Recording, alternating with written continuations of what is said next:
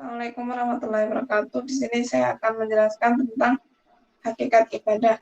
Yang pertama, di sini ada pengertian ibadah. Menurut bahasa, ibadah adalah taat, tunduk, patuh, dan pengabdian. Sedangkan menurut istilah yaitu ibadah adalah seluruh yang dicintai oleh Allah, baik berupa perbuatan maupun ucapan. Allah berfirman dalam Al-Quran, وَمَا خَلَقَتُ الْجِنَّ وَالْإِنسَ إِلَّا لِيَعْبُدُونَ. Tidaklah Allah menciptakan manusia kecuali hanya untuk beribadah kepada Allah saja. Nah, ini penjelasannya yaitu kita diciptakan di dunia ini semata-mata hanya untuk beribadah kepada Allah saja. Hakikat ibadah di sini yaitu ibadah bukan hanya sekedar menjalankan perintahnya atau menjauhi larangannya, tetapi kita perlu menghadirkan keikhlasan hati dan berniat mengharap ridha Allah ketika melakukan ibadah tersebut. Nah, di sini hakikat ibadah itu yang pertama menguatkan hati bahwa kita adalah hamba yang diciptakan hanya untuk menyembah Allah saja.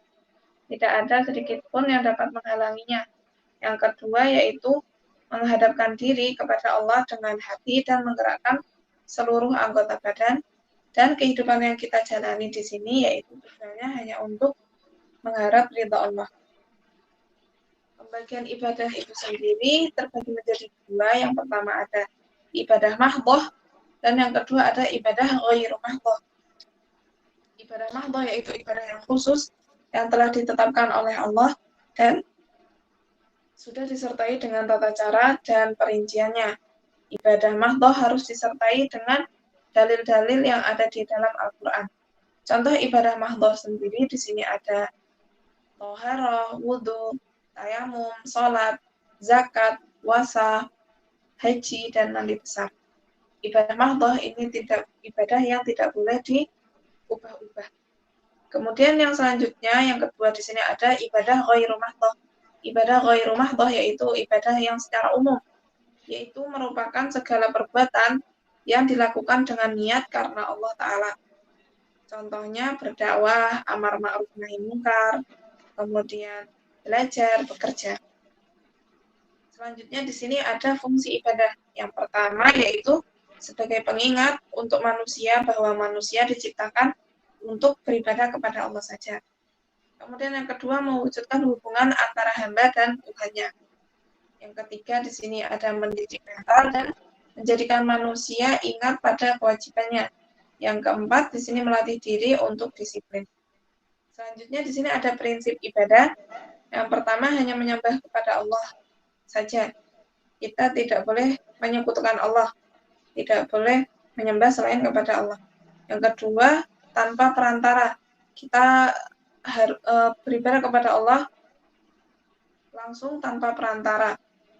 Maksud dari tanpa perantara yaitu contohnya meminta taat kepada kuburan para wali atau berdoa kepada pohon-pohon atau batu-batu. Yang ketiga di sini harus ikhlas. Yang keempat harus sesuai dengan tuntunan yang telah diajarkan oleh Allah dan Rasul-Nya. Yang kelima seimbang antara jasmani dengan rohani. Yang terakhir yang keenam yaitu mudah dan meringankan. Maksud dari mudah dan meringankan yaitu contohnya ketika kita sedang sakit, kita tidak bisa berwudu, maka kita diperbolehkan untuk bertayamum. Jadi kesimpulan dari hakikat ibadah yaitu ibadah adalah kewajiban yang harus dijalankan oleh manusia karena ibadah merupakan syariat yang telah ditetapkan oleh Allah. Nah, kewajiban itu sendiri muncul dari hati manusia yang mencintai Allah. Sekian dari saya. Wassalamualaikum warahmatullahi wabarakatuh.